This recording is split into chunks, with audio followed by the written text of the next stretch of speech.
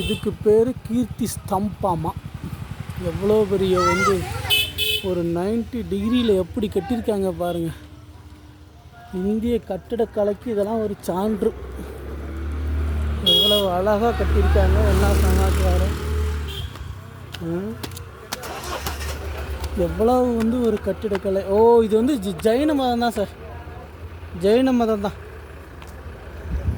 ஜெயின மதம். இந்த அவர் பேர் என்ன? அவர் அங்கே அம்மனமாக நிற்கிறார். அவர் பேர் என்ன?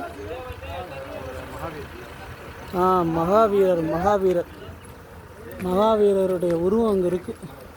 அந்த மேலே இருக்கிற ஆர்கிடெக்சர்லாம் பார்த்தீங்கன்னா சைன மதத்தோட ஆர்கிடெக்சர். அவ்வளோ அழகாக கட்டியிருக்காங்க. 90 டிகிரியில் இந்த மாதிரி ஒரு கல் கட்டடம் ஒரு 1000 வருஷமாக நிற்குதுன்னா எவ்வளோ பெரிய இன்ஜினியரிங். இது வந்து பார்த்தீங்கன்னா ஒரு மலை மேலே இருக்குது. இங்கே பாருங்கள். எல்லாமே வந்து ஒரு ஆர்கிடெக்சர் எவ்வளோ அழகாக இருக்குது. அத்தனையும் வந்து கற்களோடைய இது. உள்ளே வந்து ஜெயின மதம் இருக்குது. அவனுக்கும் அவ்வளோ ஒரு அழகு. இருங்க புஷ்ஷிட்டப். இதெல்லாம் அழகு. எவ்வளோ ஒரு அழகு பாருங்க.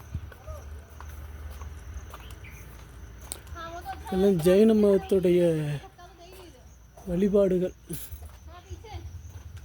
ஆர்கிடெக்சர்னால் அவ்வளோ ஒரு அழகான ஒரு ஆர்கிடெக்சர். என்னென்னா இடையில எல்லாம் மாற்றிருக்காங்க.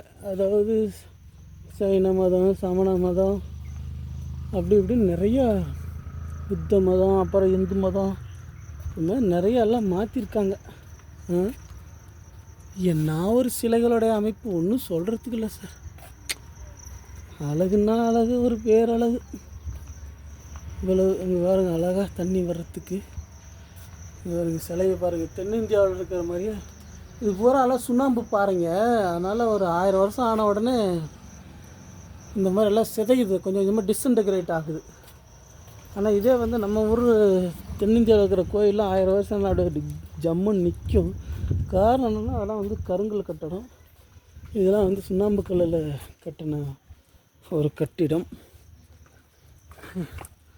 இவ்வளோ பெருசு இருக்குது. இதை வந்து மேலே உள்ளுக்குள்ளே வந்து வழி இருக்கும்போது அப்படியே உள்ளுக்குள்ளேயே மேலே வரைக்கும் போகலாம் பொழுது.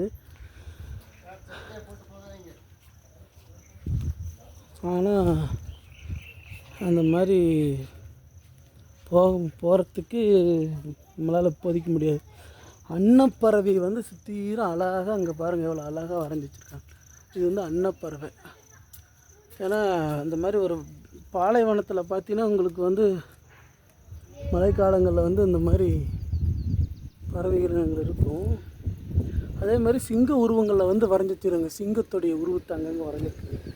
இதுதானே அந்த கிர் காடுகளில் வந்துட்டு சிங்கங்கள்லாம் இருக்குது. இந்த அழகாக வரைஞ்சிருக்காங்க. இவ்வளோ பெரிய ஒரு அழகான ஒரு கோபுரம். ராஜஸ்தானில் சித்தோடுகட் அப்படிங்கிற ஒரு ஊரில் இருக்குது இந்த ஸ்தூப்பா. என்னன்னா இவ்வளோ பெரிய ஒரு கருங்கல் கட்டடம் அப்படி 90 டிகிரியில் அப்படி செங்குத்தாக ஒரு 1000 வருஷமாக நிற்கிது. இந்த ஒரு மிகப்பெரிய ஒரு கட்டிடக்கலை தான் இது. அப்படியே ஒரு 1000 வருஷமாக அப்படி அசராமல் நிற்கிது. இன்றைக்கி கட்டுற கவர்மெண்ட் பில்டிங்கு வீடெல்லாம் 100 வருஷத்துக்கு மேலே தாண்ட மாட்டேங்குது. என்னென்னா முழுக்க இன்டர்லாக்கிங் சிஸ்டம். அதனால தான் அது நிற்கிது. இந்த மாதிரி வந்தீங்கன்னா ராஜஸ்தானில் சித்தோடுகட் அப்படிங்கிற ஒரு இடத்துல இந்த ஃபோர்ட் இருக்குது. அது மட்டும் இல்லாமல் ஒரு பார்க்க வேண்டிய இடம். இது வந்து பார்த்திங்கன்னா இங்கே அழகாக அந்த ஆர்கியாலஜி அழகாக அங்கே எழுதியிருக்காங்க.